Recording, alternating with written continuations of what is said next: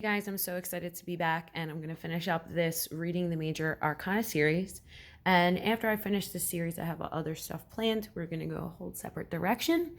One of the reasons why I've been away for a while is because I've actually began to start practicing doing tarot readings professionally, and I say that in quotes, which means that I am actually accepting money for my services right now. Because I feel like I really needed to step out of that zone.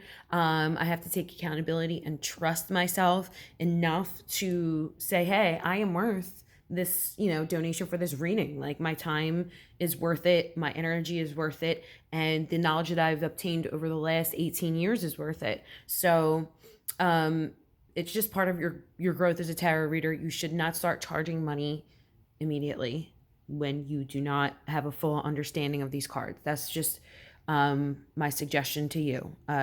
Not telling you guys what to do with your life, with your energy, and with your time, but that is just, honestly, this is a path. It's a path of learning. And, when you're a novice, you just worry about learning. Don't worry about making money, because again, if that is your main focus, I've said this many, many, many times, the tarot will not reveal its secrets to you. And I could sit here and tell them to you, but it's just going to go right over your head. It's not going to get in. It's not going to penetrate. It's not going to be information that'll be integrated. Okay. So with that said, we're going to go on to the Sun 19. For me, I feel like the Sun is usually a very good card, but I don't feel like it's good in this reading. So one, for me, this feels like either health or family.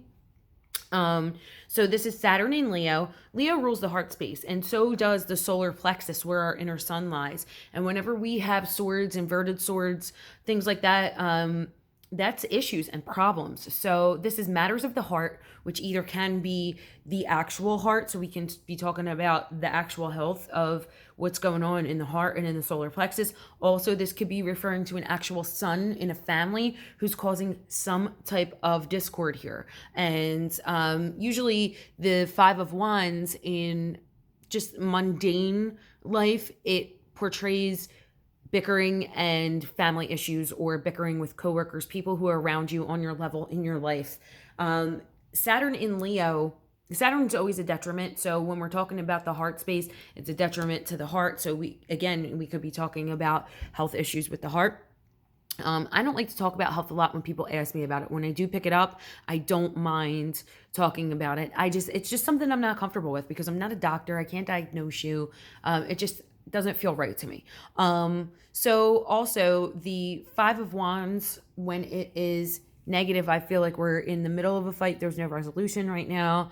Or we're in the middle of some type of conflict. Usually this conflict, this card, actually, the conflict that occurs around it is like finding harmony in a group to work together, because it looks like they're building something when it's upright, and just when it's downward, it just doesn't have a positive connotation. Plus, it's a five. So fives are always problematic. They're always about changes, breakthroughs, and things like that. And again, this could be also interpreted as a change or a breakthrough in some type of mental way, because we have someone here who is, these are people, the kings, the kings, king of swords, courts in general, they're always people to me, because that is the language that I have established with the universe. So I know when I get these, this is not a theme in your life. This represents a person, and it's someone who is not living correctly, not making the right decisions.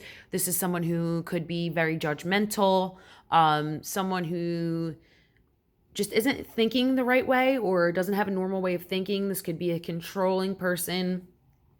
Swords upside down also always represent an imbalance of justice in some sort, because they are related to justice. They're related to the thought, the realm of the mind. So we can also be talking about someone having an actual breakthrough. We have the Dagaz rune in runes that I use. That's the day rune, and it has to do with like the sun rising and the light of day. So this also feels like there's some type of conflict, and then there's going to be some type of breakthrough that happens, and some type of light that's going to be shed on the subject, and it may in fact actually change the beliefs that this person has. It might change your belief system. could rock your belief system. And you can pull other cards and lay them on top of here and see how, what is the pathway? What would I need to change, or what would I need to do to get out of this situation? So if we're talking about astrological associations, this one's the sun. This one is Saturn in Leo. It always has to do about lessons about working. I feel like not being so about yourself, like working in a group, accepting other people's opinions, and trying to make that work. Maybe this is someone who differs from the norm in the things that they believe, and they're going off on a different path, and they're having issues with their family standing behind them and their new beliefs and what they're trying to go ahead and practice. So it could be something like that. So I have a new method that I've been using. I've been using a lot of astrology incorporated with my tarot readings and numerology, and it's just been hitting. Honestly, it really has. So using the astrology with the cards for me was what made the breakthrough for me. What gave me enough information that I can be confident enough to just talk about the cards in general. What also made me more comfortable as a reader is just letting people know, like, I am not a psychic. I don't claim to see your future. I read cards. So I'm reading what is in the cards. And that's basically how I do it and where I go with it. And that's how I do it in a space where I feel comfortable taking money for it.